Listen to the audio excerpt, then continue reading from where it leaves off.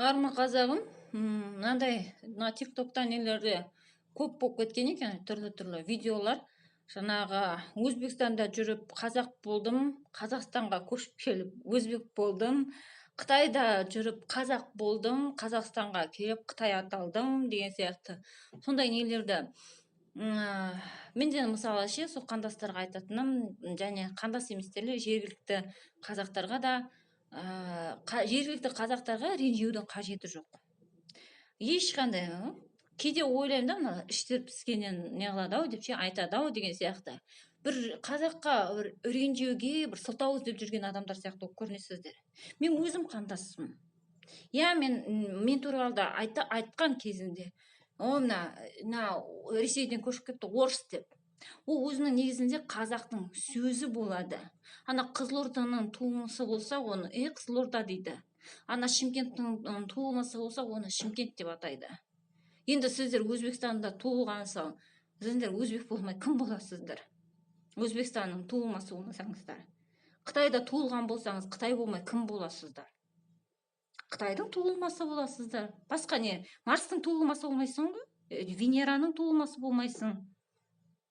Космостың несінен ұшып келген жоқсыздар ғой. Қай елден келдіңіздер, қай жақтан келдіңіздер, сол немен аталынады. Оған не үшін ренжисіздер? Не үшін? Бір шынымен де іштерің пысып бүйтіп жаңағы қазақты ғана шұқи аласыздар. Қазақты ғана шұқуға болады да, билік беріп қойған құлдық сана сезім ғой, оның барлығы. Қазаққа ренжи отыру деген құлдық сана болады. Соны қашан түсінесіздер сіздер? Біраз болды Қазақстанда мысалы көшпей, кеше ғана келген жоқсыңдар ғой. Сол өздеріңнің құлдық саналарыңмен отырып, бүйтіп отырып, сол жергілікті қазақтарды шұқисыңдар да. Сонда сәл жетпей тұр да, мына жергілікті қазақтарды түсіну үшін. Ренжіп, бір не қылып, сөйтіп не қыласыздар.